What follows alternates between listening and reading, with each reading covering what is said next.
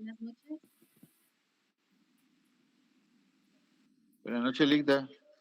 Gracias, buenas noches.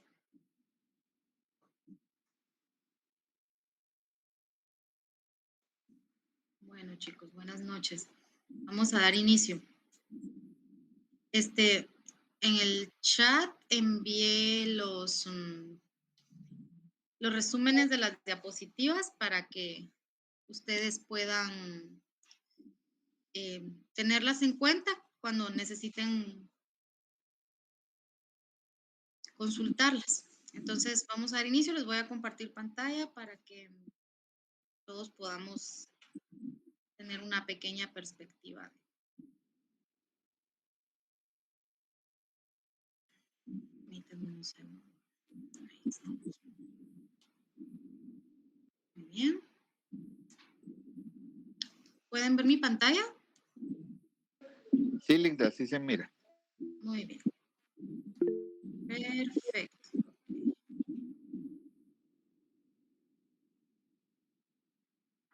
Muy bien. Dame un segundo. Bueno, déjenme ver.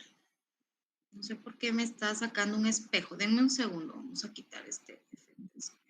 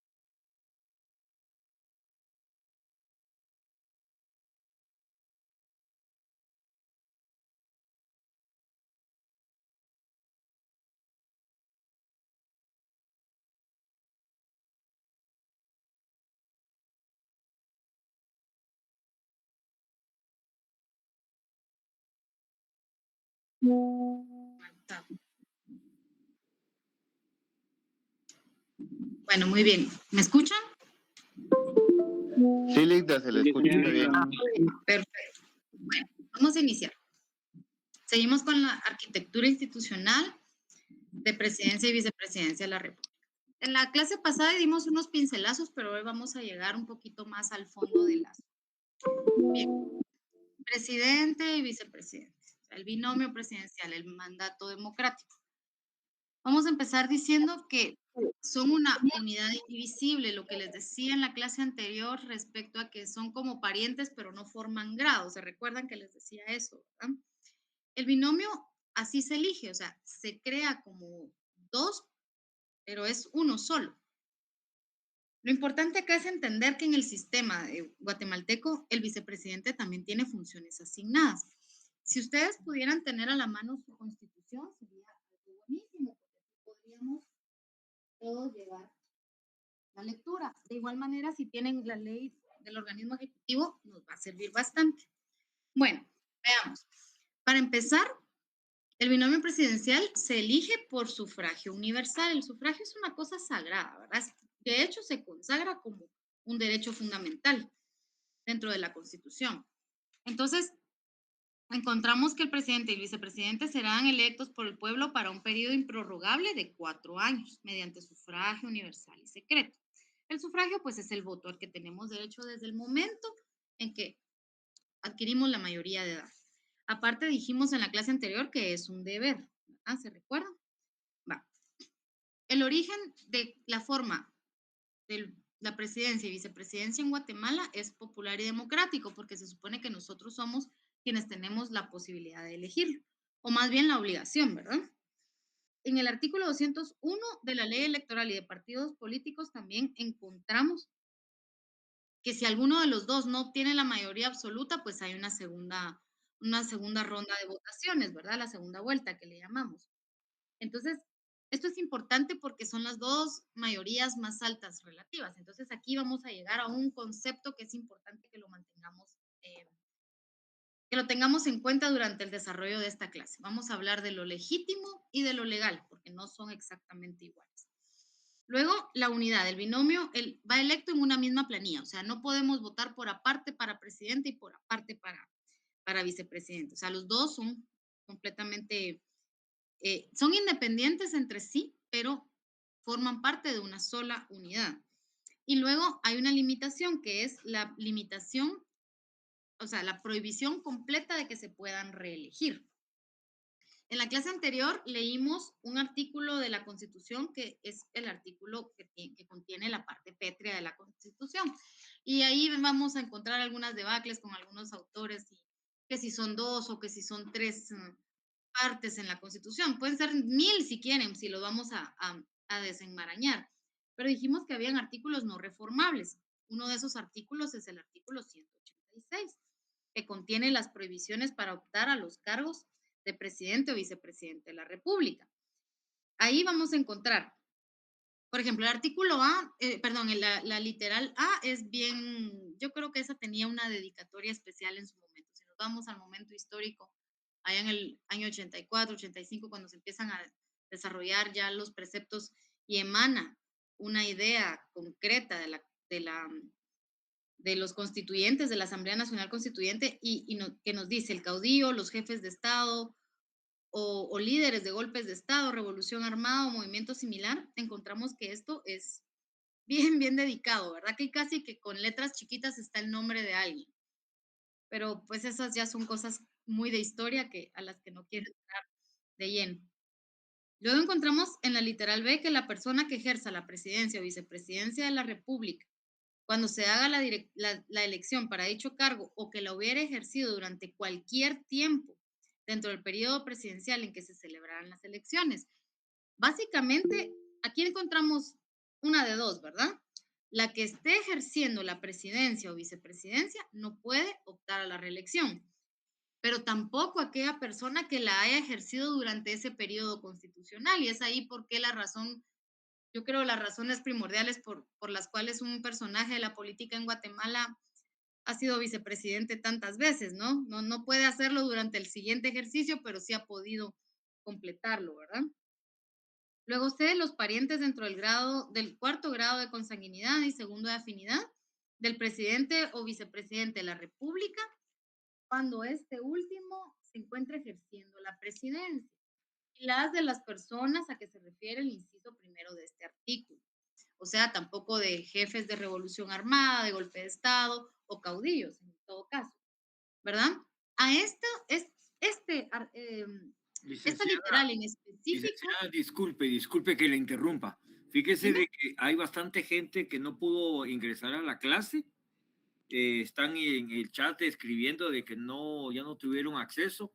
Y miro que todavía solo habemos 79 en la llamada, en la Ok, virtual. enseguida les doy ingreso. Dame un segundo. Gracias. Muy bien. Denme un segundo, vamos a admitirlos. Listo. Vamos a ver, ¿cuántas personas estamos? Más o menos. Va subiendo el número 94, 95, 6, 7, así va subiendo. Vamos a darles un ratito. Gracias. Ok. Sí, ahí van subiendo.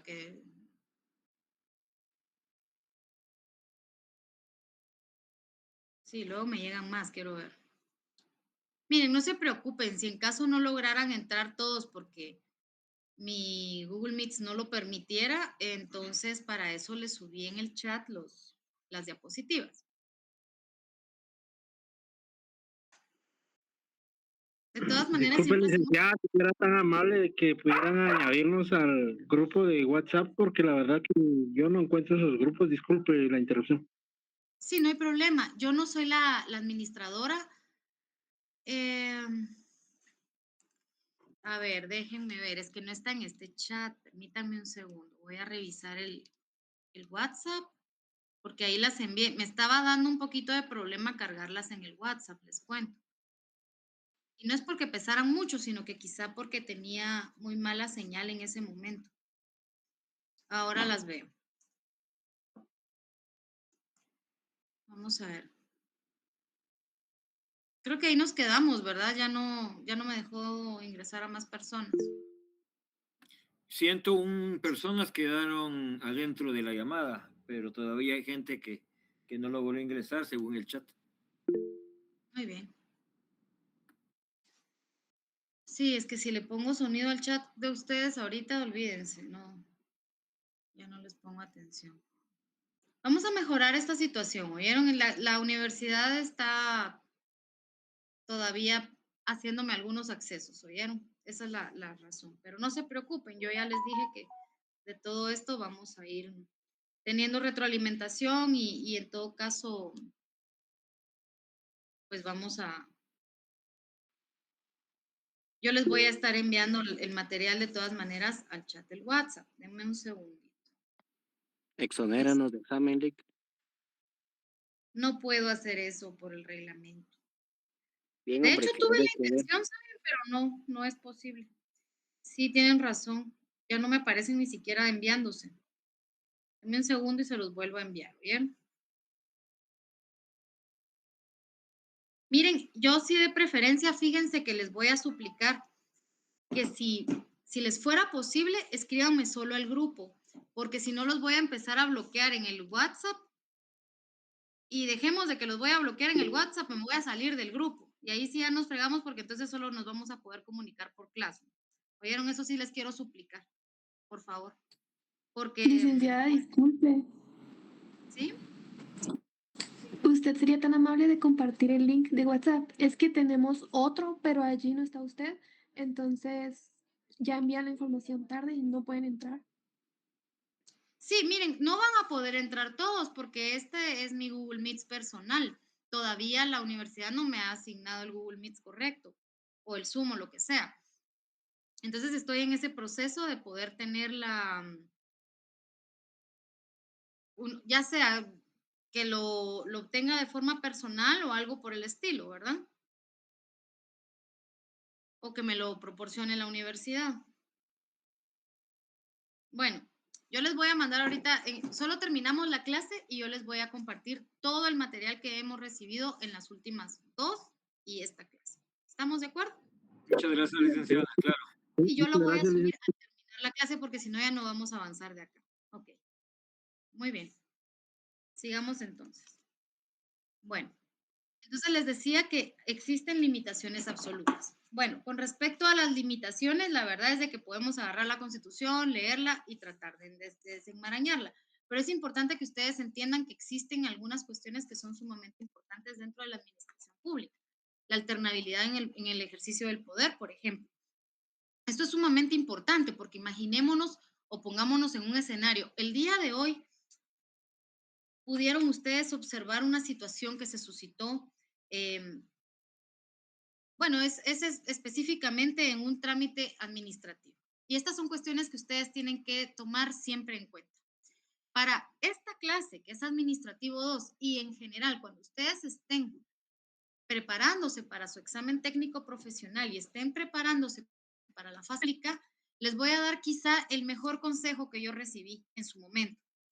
Lean la prensa o si tienen redes sociales, busquen los noticieros, pero de altura, ¿verdad? O cómprense la suscripción en el diario de Centroamérica Legal, sobre todo.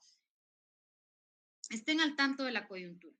El día de hoy se emitió un fallo que para mí no es un fallo, es una sentencia de la Sala Sexta de lo Contencioso Administrativo. Yo no voy a entrar a juicios personales, solamente voy a entrar a juicios que son eminentemente jurídicos. ¿Alguien sabe qué fue lo que pasó el día de hoy con esa sentencia? ¿Alguien supo? Fue durante la tarde. Que Y tiene que excluyeron ver con a, nuestro gremio. ¿Perdón? que excluyeron a profesionales afines para que puedan acudir a emitir su voto. El Es 14 y correcto. 4. Gracias, es correcto. Eso fue exactamente lo que ocurrió. Vean, esta resolución para mí marca un precedente que es bastante importante para nosotros como gremio de las leyes, ¿no? Yo sé que muchos de ustedes probablemente van a optar por la opción de realizar su tesis y obtener el título de licenciatura. Y eso está bien, o sea, no, nadie lo va a cuestionar.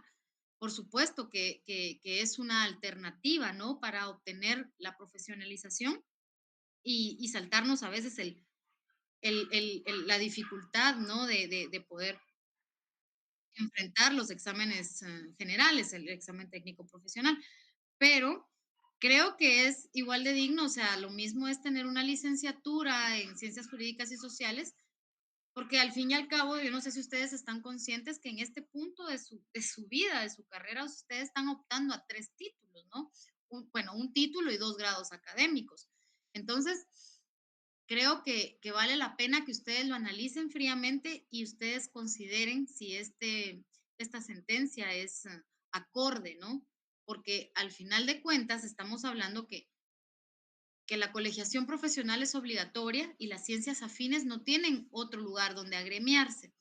Y es cierto que el representante es del Colegio de Abogados y Notarios, pero representante del todo el colegio. El colegio no nada más aglutina a abogados y a notarios, también aglutina a las ciencias afines.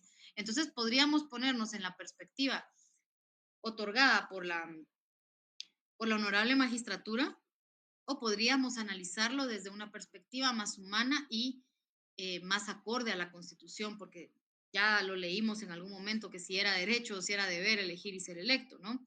Entonces, creo que son cosas que son importantes y que nos ayudan a ampliar nuestros horizontes de análisis en el ámbito jurídico. Bueno, entonces, aquí en este artículo encontramos varios principios, como el principio de alternabilidad, el principio de unidad y, por supuesto, la universalidad del sufragio. Son principios que son sumamente importantes. Bueno, luego tenemos cuáles son los requisitos para optar a estos cargos, ¿no? Para optar al cargo de presidente o vicepresidente de la República se necesita que sean guatemaltecos de origen, ciudadanos en ejercicio y mayores de 40 años. Entonces, estamos hablando que el ejercicio de la presidencia o la vicepresidencia no es restrictivo, ¿verdad? Nos están diciendo 3 cosas. Está en pleno uso de sus derechos, en ejercicio, en pleno uso de su ejercicio ciudadano, o sea, que no tengan ninguno de sus derechos vedados o restringidos por ningún motivo, que sea guatemalteco de origen y mayor de 40 años. Ya sabemos que guatemaltecos de origen también de conformidad con la Constitución son todos aquellos que nacieron en lo que alguna vez fue la Federación Centroamericana.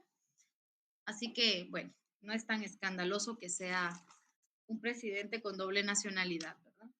Bueno, por ejemplo, tenemos varias otras cuestiones con el tema de los requisitos. Los requisitos en realidad para el binomio presidencial en Guatemala son bastante mínimos. Sin embargo, encontramos que una media estadística es que la mayoría han sido profesionales de las ciencias sociales, al menos en los últimos años, cosa que pues está bien. O algunos de ellos fueron también militares ya retirados, ¿no? Eso tampoco no es un problema porque la prohibición es para los miembros del ejército que estén de alta, ¿verdad? Si están de baja, pueden optar al cargo. Bueno, eso es ellos, ¿verdad? Esto es una anatomía. Luego tenemos el fundamento legal de la autoridad, ¿sí? La estructura de autoridad del Ejecutivo tienen 2 pilares fundamentales. Aquí, esto es lo más resumido que se los puedo hacer. Primero la Constitución y luego la ley del organismo ejecutivo. Ya para abajo existe una sombría, o sea, esto es lo podemos ver como pilar o como una sombría. De aquí van a quedar debajo de esa sombría otro montón de disposiciones, porque pues, ya sabemos, el derecho administrativo no está codificado y eso nos lleva situación que se las mencioné desde el principio, ¿verdad? Es un tip de privado. No olviden concordar sus leyes. Si un artículo de la Constitución ustedes lo encuentran en la ley del organismo ejecutivo, porque yo se lo cito como parecido, como igual o como fundamento uno del otro, de una vez agreguen, de una vez vayan concordándolo. Si tienen sus leyes en digital, también lo pueden hacer, no hay problema. Pero de aquí en adelante, cuando hablemos de derecho público, sobre todo, tanto en materia penal, administrativa, laboral, ustedes se van a dar cuenta que la ley, aunque la ley del organismo judicial nos dice que las leyes se interpretarán conforme a su texto, en realidad las podemos interpretar así, pero el análisis jurídico deviene del contexto. Si no tenemos un contexto, no podemos ni siquiera imaginarnos lo que realmente quisimos entender de cualquier proceso que veamos, ¿sí? Todo el título cuarto, el capítulo tercero de la Constitución define la soberanía, la jerarquía y la estructura del macro del Estado. O sea, a nivel macro, estamos hablando presidencia y vicepresidencia del Ejecutivo. Ya les había dicho, artículos 182 al 192. Por si no lo habían tomado nota en la clase anterior, que muchos de ustedes me pidieron que lo repitiera, se los agregué en esta tarjeta para que ustedes lo puedan tener a la mano. Luego, obviamente, de la ley del organismo ejecutivo no podemos solamente separar aquello que hace el presidente y la vicepresidencia, ¿verdad? Ahí vamos a encontrarlo entre los primeros artículos, desde el artículo 5 al artículo 11, vamos a encontrar específicamente lo que atañe al binomio presidencial, ¿sí? Pero recordemos que el Ejecutivo, como decía, presidente y vicepresidenta son la sombría, son la base, el pilar, pero a partir de ahí se desprenden muchísimos otros organismos que los vamos a ir entendiendo. Para la próxima clase vamos a iniciar ya con la estructura ministerial. Muy bien. La unidad nacional y administrativa. Aquí hay algo que es sumamente importante. El presidente es el jefe de Estado de Guatemala y ejerce las funciones del Ejecutivo. Representa la unidad nacional. También aquí viene la parte más importante, que esto es la base de todo el derecho procesal administrativo. Es la autoridad administrativa superior del Ejecutivo. Es la máxima en jerarquía en la gestión pública.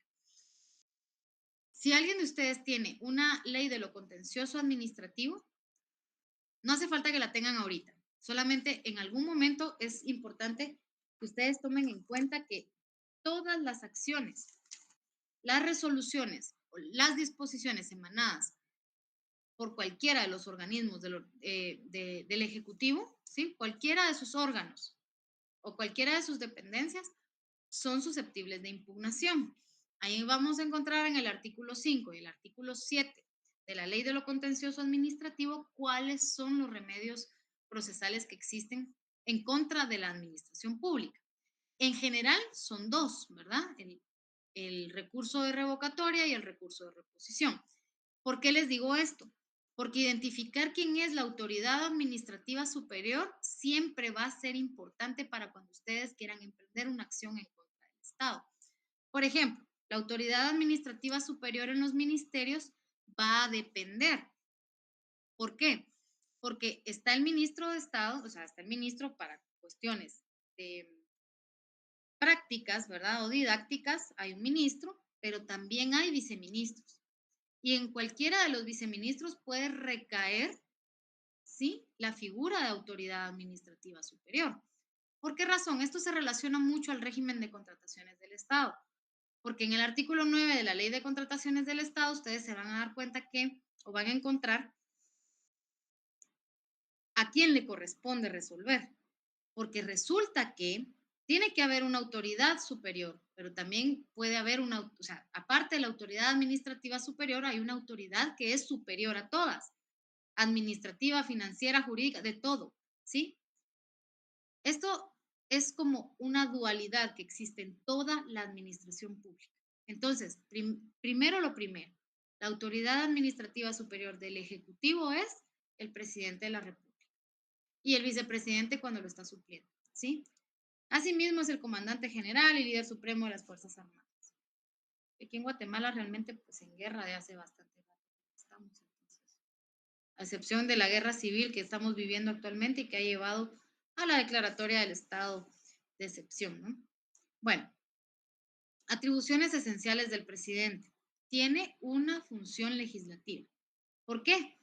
Porque sanciona las leyes, ¿verdad? Puede emitir un veto o simple y sencillamente sancionarla y promulgarla. Pero además también el Ejecutivo, por eso el nombre lo indica, tiene la obligación de ejecutar y que se cumplan las leyes. Claro, hay un ministerio público, ¿verdad? Que su función es precisamente esa, hacer que las leyes se cumplan, verificar el cumplimiento de todas las leyes del país. Sin embargo, la ejecución de todas aquellas disposiciones que se encuentran contenidas en las leyes le corresponde al organismo ejecutivo, ¿sí? Dentro de este poder legislativo también encontramos que el presidente de la República tiene iniciativa de ley, ¿verdad? Es una de las 5 instituciones que tienen esa potestad de conformidad con la Constitución y eso no es cualquier cosa, no es poco. El orden constitucional, que es cumplir y hacer que se cumplan la Constitución y las leyes, porque pues como cualquier funcionario, y sobre todo un funcionario electo por elección popular, tiene esta peculiaridad. También dirige las relaciones internacionales y la política exterior de la nación. La política exterior es tan cambiante como cambia la dinámica migratoria. Es impresionantemente cambiante y variable. Sí, por ahí ustedes se van a ir enterando de algunas cuestiones que van ocurriendo ya en la administración pública. Por ejemplo, yo no sé si ustedes sabían que Guatemala tiene visa. O sea, para entrar a Guatemala algunas nacionalidades necesitan visa.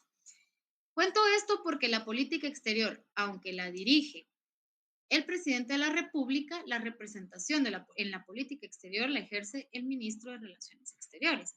Y ahí nos vamos a ir dando cuenta cómo el presidente no podría estar en todos lados al mismo tiempo, ¿verdad? Como la película, no se puede todos lados al mismo tiempo, es imposible. Entonces, para eso existen sus ministerios que le van a ayudar a ejecutar y a hacer que se cumplan las leyes desde un ámbito específico de competencia, ¿verdad?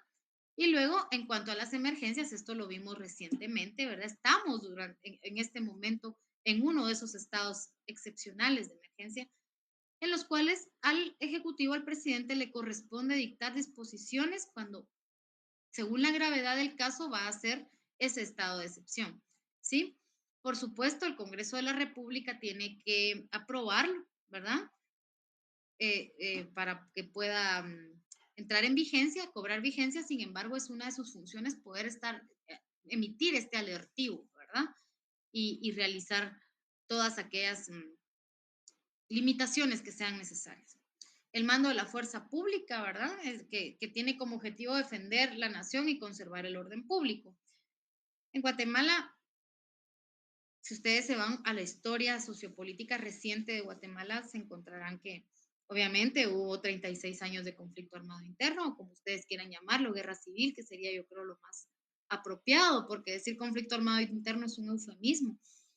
Entonces, creo que es lo más cercano a una guerra que hemos estado. Sin embargo, obviamente la narcoguerra es algo que está ocurriendo en todo el Triángulo Norte de América, ¿verdad? Entonces, creo que por ahí se podría utilizar la fuerza pública también. Es debatible en algún momento porque estamos en un estado democrático y no gendármico, no es la naturaleza del estado de Guatemala. Sin embargo, entendiendo que la responsabilidad directa del presidente es asegurar el territorio y a la ciudadanía, entonces podríamos pensar que en ejercicio de ese mando de la fuerza pública, de la policía a través del Ministerio de Gobernación, el ministro de Gobernación es el jefe del director de la policía, pero el presidente de la República es el jefe del ministro de Gobernación. Entonces ahí, como aquella sombría, ¿verdad? Como este efecto cascada de la administración pública, entonces podríamos pensar en el uso de esas fuerzas públicas en estos momentos. Creo que ya está ocurriendo. Ustedes, no sé, según los lugares por los que transiten, van a encontrarse puestos de registro o incluso despliegue de la Fuerza Armada en convoys o a pie, ¿verdad? Precisamente por el estado excepcional en el que nos encontramos todavía en estos días. Hay deberes administrativos también, ¿verdad? La rendición de cuentas, que es parte de la probidad de todos los funcionarios públicos, ¿verdad? Ya lo hablábamos en el artículo si no mal recuerdo, déjenme ver, ahorita se los ubico en la Constitución, porque a veces pues no me los recuerdo de absoluta memoria, ¿verdad? Miren, la rendición de cuentas es la máxima en la narrativa, ¿verdad? De las funciones y de las responsabilidades de los funcionarios públicos. Es sumamente importante tomarlo en cuenta porque la función pública, ¿verdad? Todos los funcionarios son depositarios de la administración pública, son depositarios de la autoridad. O sea, cada vez que se elige a un funcionario por elección pública, le otorgamos fe pública administrativa. A su vez, cuando éste nombra demás funcionarios, ¿verdad? Le hace el presidente a los ministros a sus directores, los directores a los jefes y así, como una cascada, como una cadena, que ya veremos cómo se llama eso. Yo creo que muchos de ustedes ya entienden cuál es el nombre de esa cadena o línea de mando, pero todos ellos son depositarios de cierta autoridad y de la fe pública administrativa y eso conlleva, ¿verdad? Que su conducta o sea, que son responsables de su conducta como funcionarios y de todos los actos administrativos que emanen de su dirección o de su línea de mando, ¿verdad? Entonces, este es también un principio, el más importante de los o sea, este es el fundamento del principio de legalidad administrativa. Sí, es el artículo 154 de la Constitución. Sí, en ese sentido, nos dice el segundo párrafo, los funcionarios y empleados públicos están al servicio del Estado y no de algún partido político. Eso es la autoridad. A eso se refiere la autoridad de los funcionarios. Es sumamente importante porque, digamos, la función pública no se puede delegar. O sea, el presidente a él lo puede sustituir la vicepresidenta. Digamos que es una actividad fuera del territorio nacional y que atañe a las relaciones amistosas con otros países o a la política exterior, el presidente podría delegar esa función o esa visita oficial, pero no la va a delegar, por ejemplo, no sé, en el ministro de Finanzas, ¿verdad? A menos que sea una cumbre financiera mundial, creo que podría ajustarse. No, tampoco la va a delegar en la ministra de Agricultura, ¿sí? Porque para eso cada una de las instancias del Ejecutivo tiene sus funciones. Debería delegarlo en el Ministerio de Relaciones Exteriores, por ponerlo. Entonces, el ejercicio de la suprema autoridad administrativa conlleva una gran responsabilidad, ¿verdad? Un gran poder conlleva una gran responsabilidad. Problemático decir la frase porque se supone que uno se muere hoy. No sé cuántos fans de Marvel hay por aquí. Luego tiene, pues, como deber la gestión financiera. ¿Por qué? Porque cada año ustedes ven a los señores dignatarios de la nación ahí rasgarse las vestiduras, aventarse vasos con agua por la cara, decirse cualquier sarta de piropos en el Congreso, cuando se somete al Congreso de la República el proyecto de presupuesto general de ingresos y egresos del Estado. Esto es cada bendito año. Este año a mí, la verdad, les digo, el año que antecedió, al final de 2025, me pareció impresionante ver cómo un Congreso que se habían pasado casi a los golpes durante todo el año de gestión, llegar tan pronto, en un par de días, a un acuerdo, pues, elocuente de proyecto de presupuesto y aprobarlo. Entonces, bueno, ya era el presupuesto vigente. Es más, es poco probable que iniciemos el año ya con el decreto aprobado de presupuesto, pero esta vez ocurrió. Y bueno, yo les dije en una de las clases, a ver, de pronto cuando nos volvamos a ver en persona el lunes, me recuerdan porque me pongo a platicar con ustedes y se me escapan algunas cuestiones. A ver si hay algún valiente que quiera comentar cómo fue que hizo la Honorable Corte de Constitucionalidad para suspender ese decreto, no mediante el procedimiento correspondiente o mediante la acción constitucional que corresponde, sino a través del amparo, ¿verdad?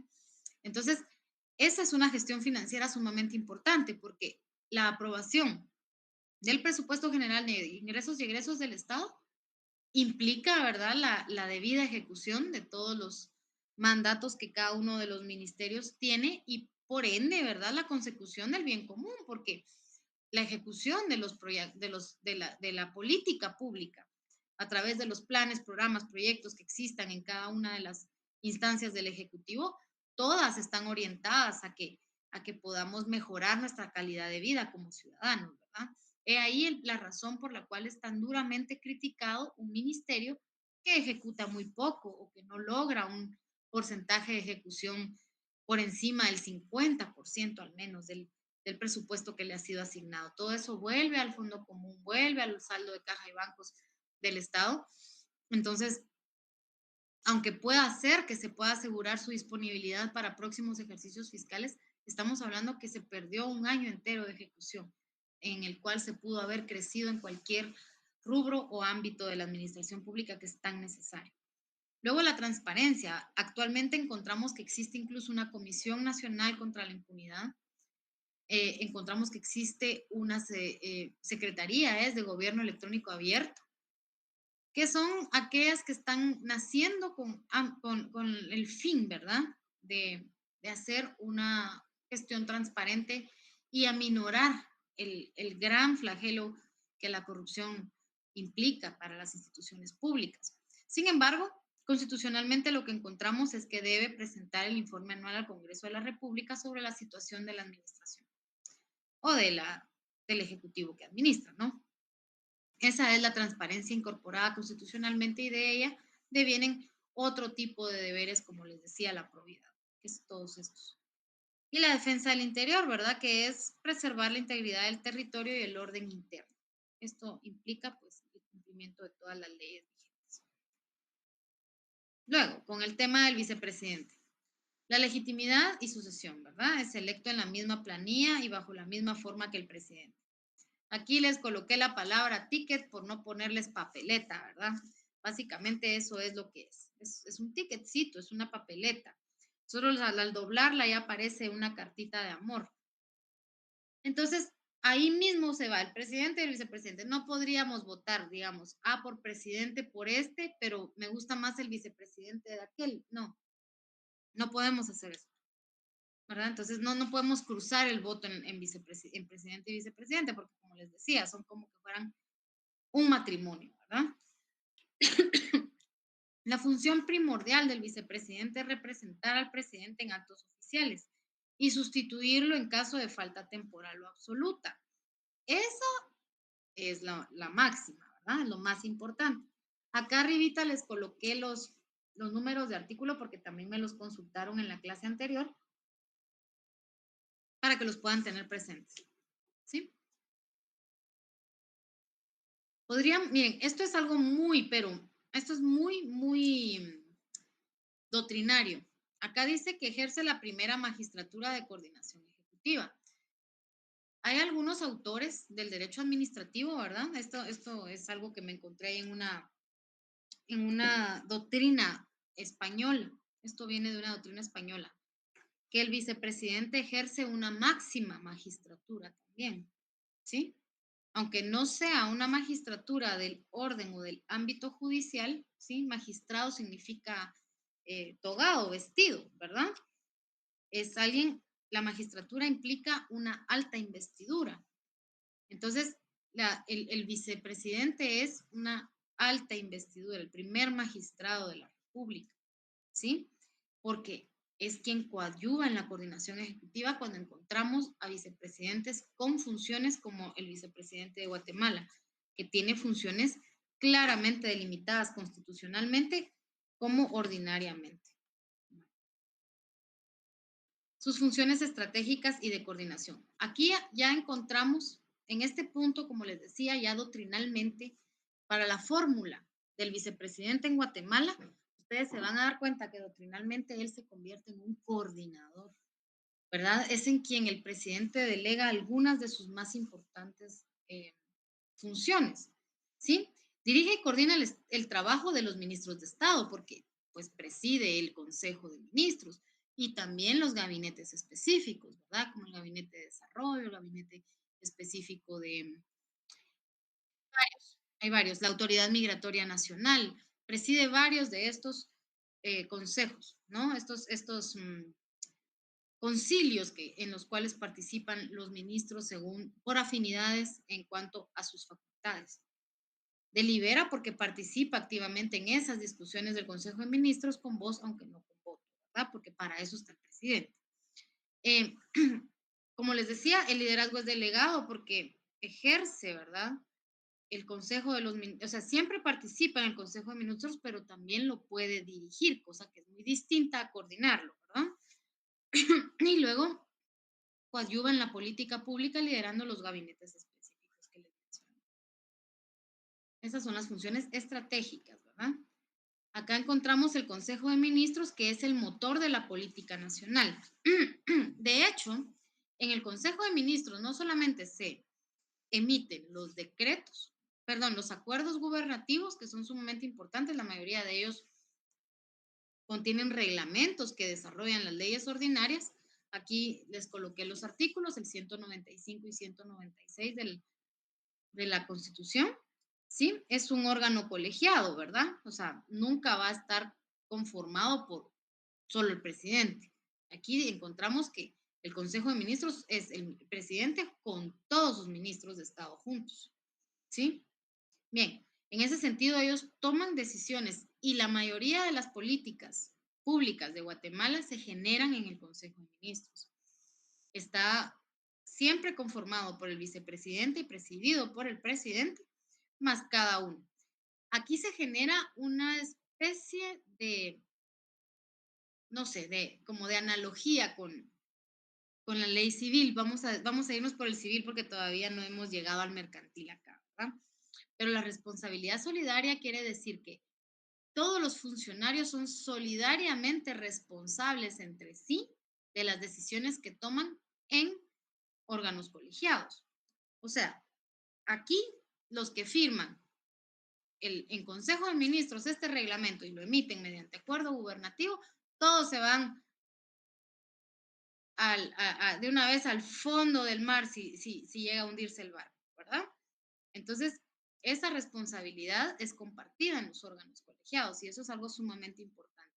Ya veremos cuando lleguemos a instituciones como la Corte de Constitucionalidad o el Tribunal Supremo Electoral, que son órganos colegiados cuyas funciones son pero tan específicas o que son, en el caso de la CC, tan ilimitadas, que esas decisiones pasan a formar parte, no nada más que yo les decía, 3 fallos contestes ya forman doctrina legal, no solamente forman doctrina legal, que nos va a servir, que es una fuente de derecho, que la podemos citar para hacer interpretación jurídica.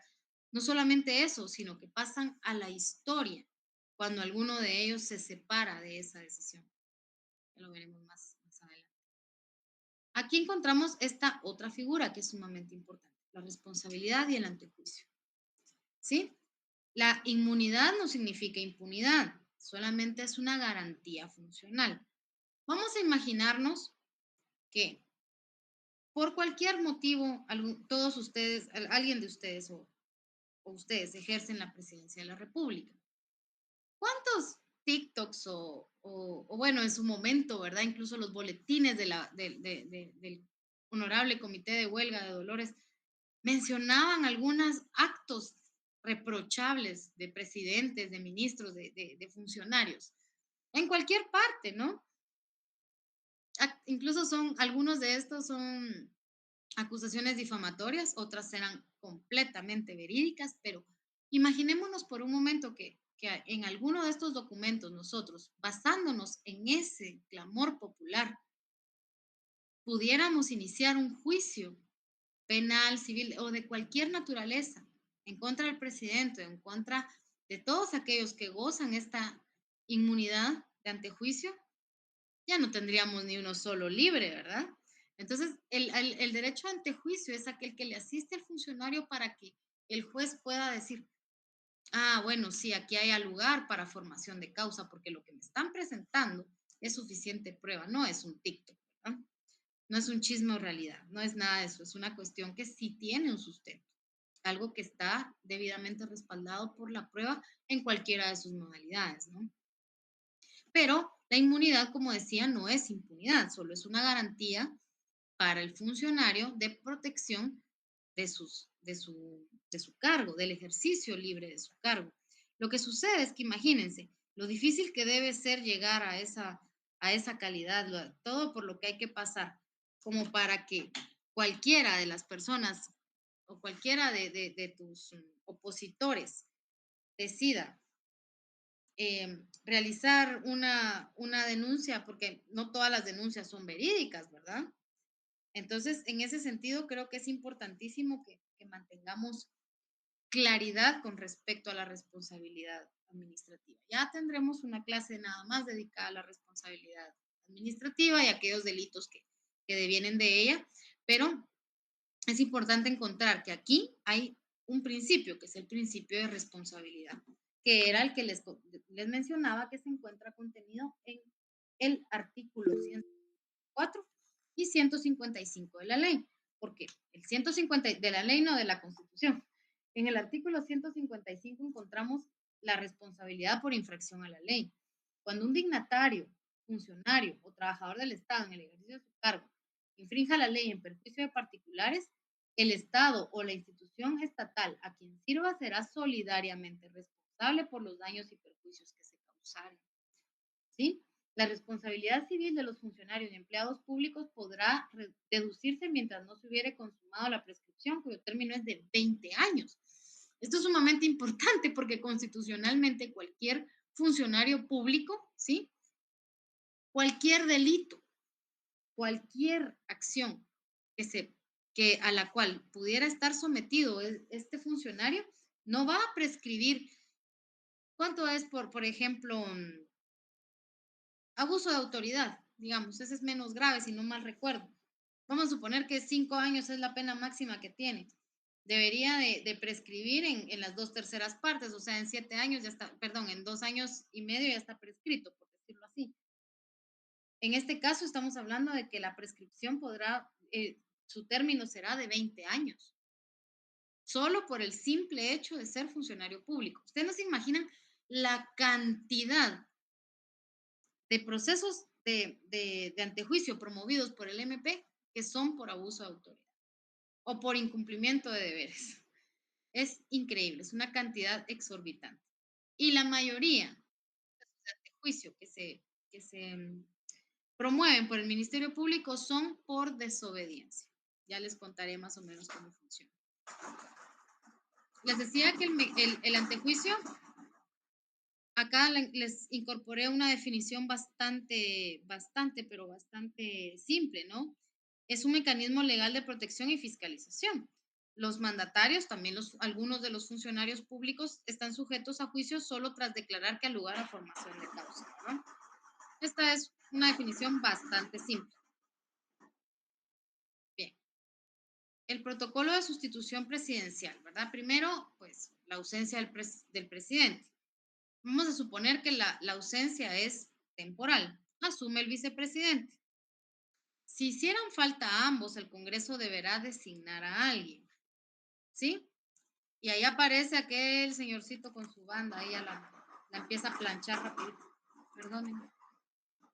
No sé qué jolgorio tienen por acá cerca de mi casa. Bueno, aquí encontramos, eso está en el artículo 189 de la Constitución.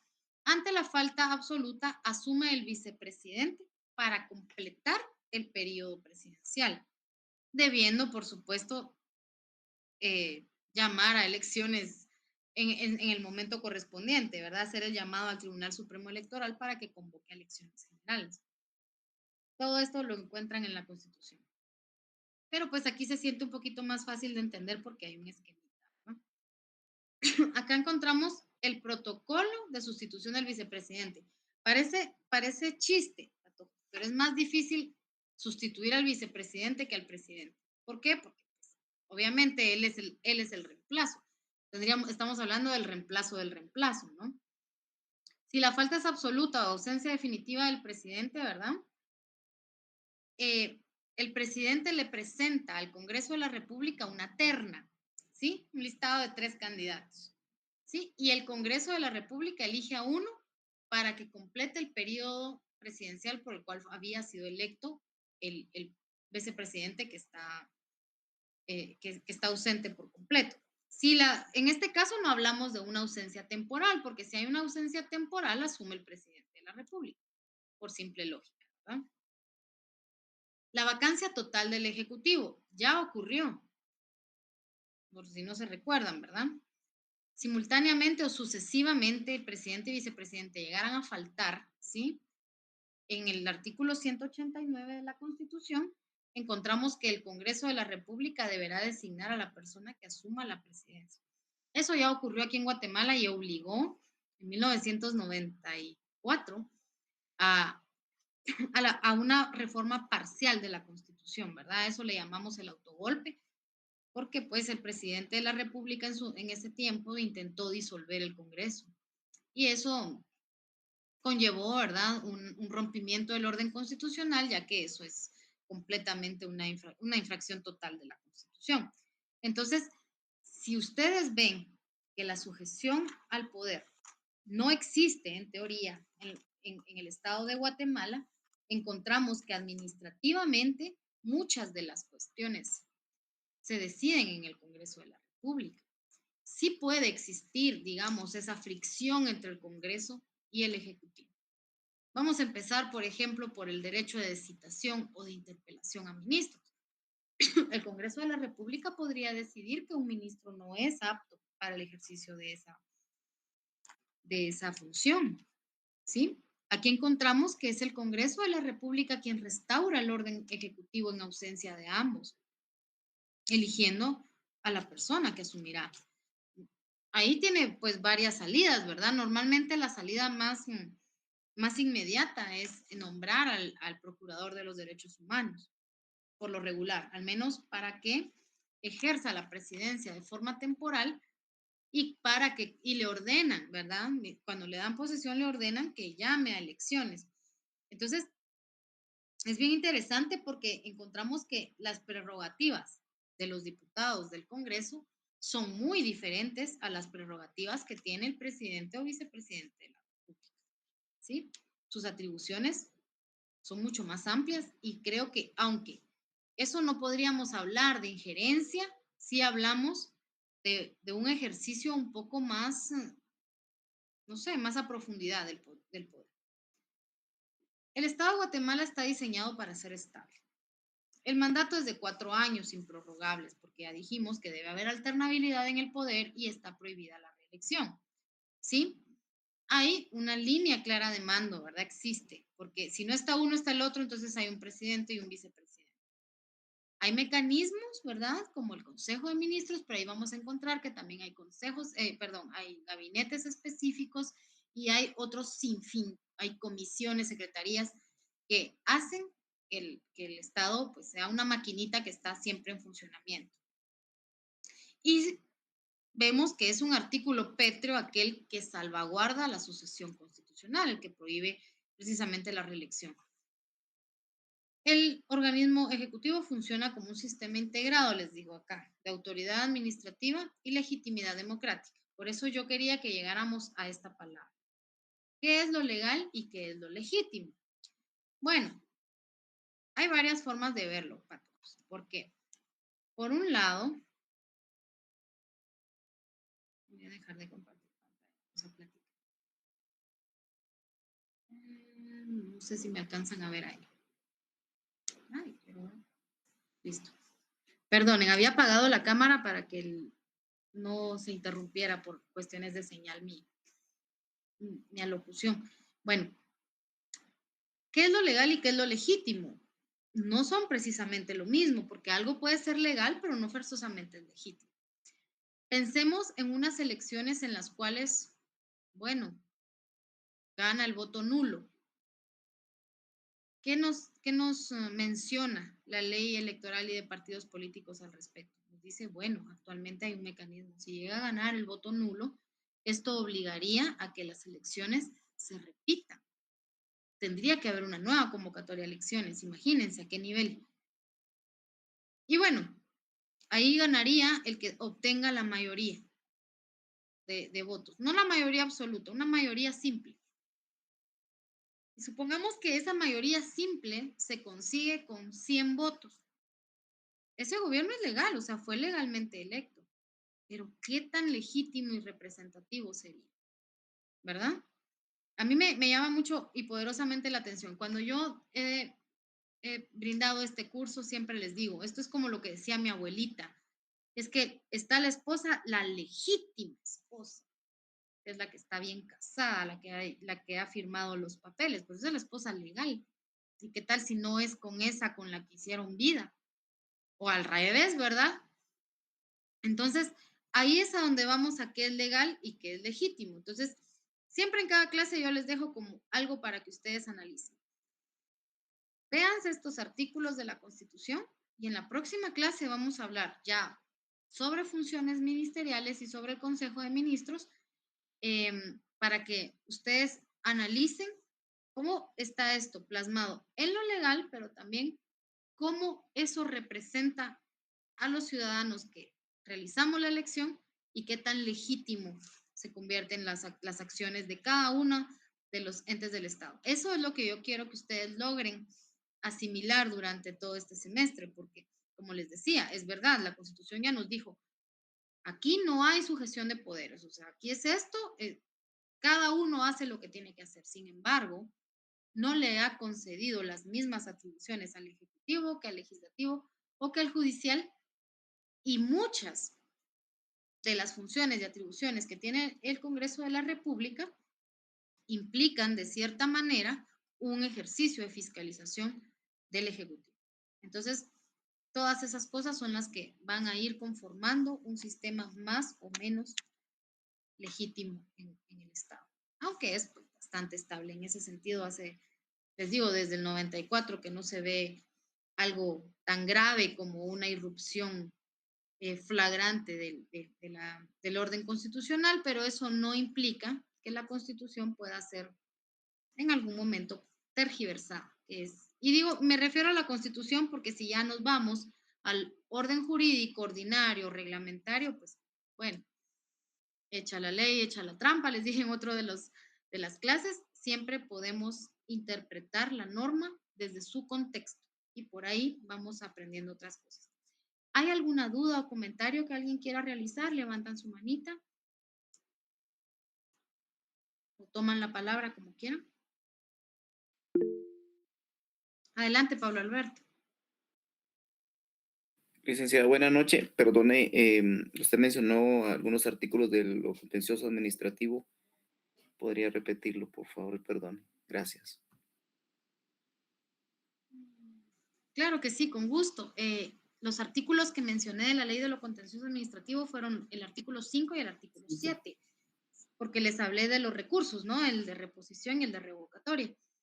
Las disposiciones administrativas de ambos recursos son comunes, ¿sí? Aplican en ambos casos, son los mismos plazos.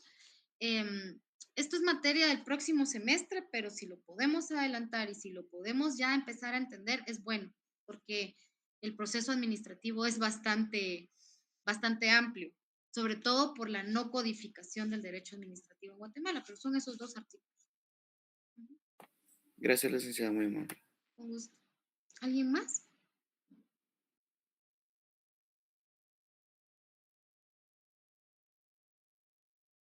Bueno, si no hay nada más que decir, ¿alguien más que hable ahora o calle para siempre?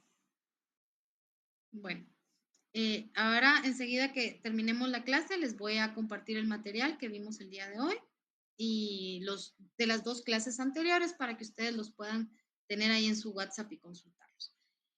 Sin más que agregar, nos vemos el miércoles también en la vía virtual. Espero que para entonces ya tenga mi Classroom. Yo estaré en comunicación con ustedes y voy a tratar de arreglar el tema del Meet para que puedan estar todos. Muy buenas noches. Feliz noche, Linda. Gracias. Buenas noches.